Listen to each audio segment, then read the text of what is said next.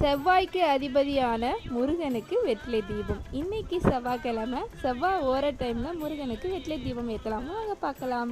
First night 8 to 9 ஓர டைமில் தான் விளக்கு ஏற்றத்துக்கு ஸ்டார்ட் பண்ணேன். அதுக்கு முன்னாடி பூஜை ரூமில் இருக்கிற எல்லா விளக்குமே ஏற்றி முடிச்சாச்சு.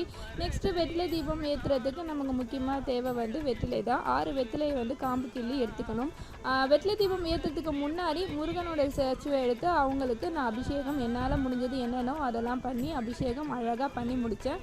அதுக்கப்புறம் வெற்றிலையோட காம்பை கிள்ளி 6 வெற்றிலையும் பூ மாதிரி விரித்து அதில் 6 முக விளக்க வச்சு அழகாக வெற்றிலை தீபம் ஏற்றினேன். முடிஞ்ச அளவுக்கு நெய்யில் ஏற்றினா இன்னமும் சிறப்பு. அதுக்கப்புறம் காம்பை அந்த வெற்றிலையோ தீபத்துக்குள்ளார போட்டுடணும். இந்த மாதிரி அழகாக முருகனுக்கு வெற்றிலை தீபம் நல்லபடியாக ஏற்றி முடித்த பிறகு கடைசியாக முருகனுக்கு கந்தசஷ்டி கவசத்தையும் பாடி முடித்து தீபாரத்தையும் காட்டிட்டேன். இன்னைய நாள் எனக்கு நல்லபடியாக போணுச்சு. நல்லபடியாக வெற்றிலை தீபம் ஏற்றிட்டேன். நெக்ஸ்ட் வீடியோவில் பார்க்கலாம்.